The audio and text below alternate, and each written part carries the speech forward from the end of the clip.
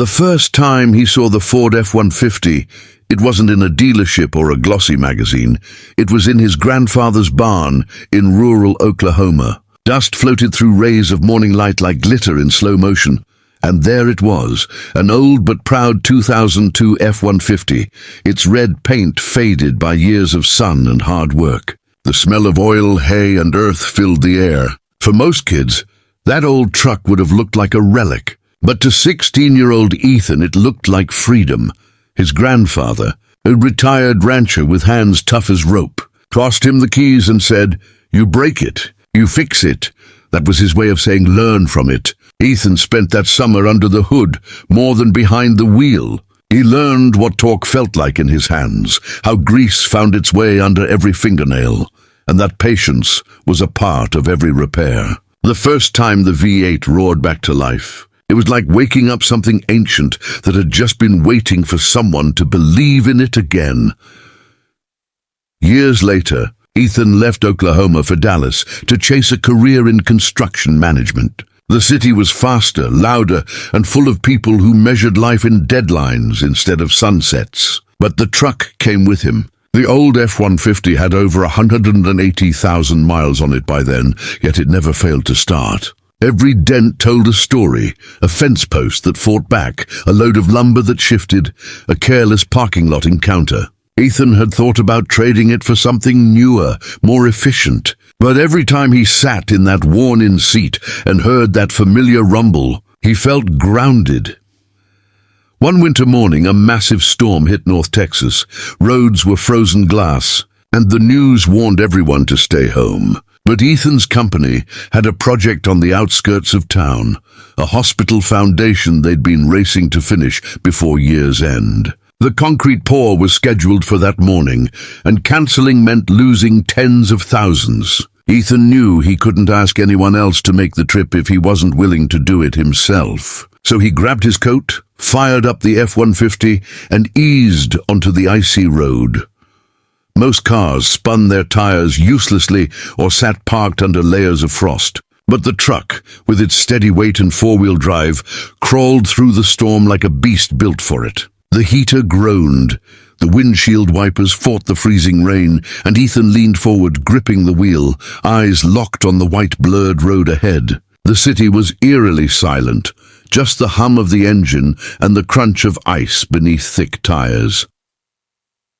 Halfway to the site, he spotted a small sedan, half buried in a snowdrift at the edge of a county road. Its hazard lights blinked weakly, a distress signal fading in the wind. Ethan slowed, pulled over, and trudged toward the car. Inside was a young mother with two kids in the back seat, their breath fogging the windows. The car's battery was dying, and she'd been waiting for hours. Without hesitation, Ethan told her to sit tight, hooked the truck's tow strap to her bumper, and began the slow pull back to the main road. The F-150's engine growled with determination, its tires biting through the snow as it dragged the sedan free. When they finally reached cleared pavement, the woman rolled down her window, tears mixing with sleet. "You saved us," she said simply. Ethan just smiled, tipped his cap, and said, "That's what trucks are for." By the time he reached the construction site, the storm had worsened. The team decided to postpone the pour, but they all laughed when they saw him step out of that old red F-150, covered in ice, but grinning. "You actually made it?" his foreman said. "I didn't think that thing could still run." Ethan just patted the hood. "She's tougher than she looks." That night, back at his apartment, Ethan sat by the window watching snowflakes fall under the glow of streetlights. The F-150 sat below, coated in white, steam still rising faintly from its hood. He thought about how much of his life had happened in that truck, the first time he drove, the first time he left home, the countless miles of highways and dirt roads between where he'd been and where he was now. It wasn't just a vehicle. It was history, loyalty, and endurance, all wrapped in steel and soul. Over the next few years, the truck became his silent witness through everything: heartbreak, promotions, road trips, and moments of reflection. It hauled lumber and camping gear, carried friends through late-night adventures, and once even served as a makeshift stage when a buddy proposed under the stars at Lake Murray. Whenever something important happened, the F-150 was there, steady and reliable, as if reminding him that no matter how fast life changed, some things could be counted on. One summer after his grandfather passed away, Ethan decided to drive the truck back to Oklahoma for the funeral. The route was familiar, the same winding highways he'd taken as a teenager. Every mile felt heavier now. He stopped at a gas station just outside his hometown, the same one his grandfather used to visit, and leaned against the side of the truck as the sun set behind the fields. The air smelled like dust and honeysuckle. He remembered the man who'd taught him how to hold a wrench, who'd said that a truck wasn't just a tool, but a reflection of the man who drove it. At the cemetery, after the service, Ethan's mother handed him an old photograph. It was of his grandfather standing beside that same F-150, smiling, one hand resting on the hood. "He was proud you kept it running," she said softly. Ethan nodded, his throat tight. On the way back, he detoured down the dirt roads where he'd learned to drive. The F-150's tires kicked up familiar clouds of dust. He rolled down the window, letting the warm Oklahoma air rush in. The truck's radio crackled with an old country song, something about miles and memories, and for the first time in a long time, he felt at peace. Months passed, and the odometer finally rolled past 250,000 miles. Friends teased him about buying something new. "Why keep fixing that old thing?" they'd ask. But Ethan would just smile and say, "Because it still takes me where I need to go."